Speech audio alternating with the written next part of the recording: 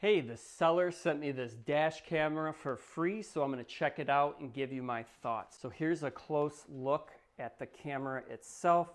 Here's your camera that's going to point out to the road, and then it has a nice screen that you can see the visual from the camera, and then there's also a camera that's going to point back to you. So it's going to give you a shot of the road and then of yourself as well. This mounts really nice and easy. There's a suction cup here. You just lock it in place. And this does come with a USB-C cord. This can plug right into your USB slot in your vehicle. This also comes with a cigarette adapter. So if you don't have a USB slot, you can use the cigarette adapter. And the cord, I like that it's nice and long. With this cord length and the suction cup, you could also mount this to the rear of your vehicle. This is a nice and compact design.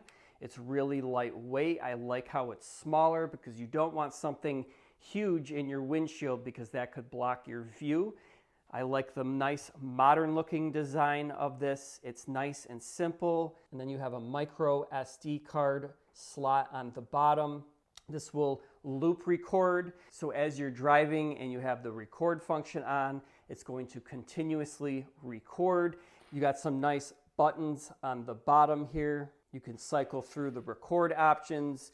You can change the display on the screen, and there's some other options as well. This is pretty cool because it will also monitor your miles per hour, so it will record your miles per hour that you're going. So say you're in an incident and you need to prove that you were not speeding, this will show the miles per hour and the time on your recording. The sound quality of this is fairly decent. I'm talking into the camera right now, so what you hear is what is being recorded from the camera itself. Overall, this was really simple to install. I like the nice compact design, and I think this is a nice camera to record your driving.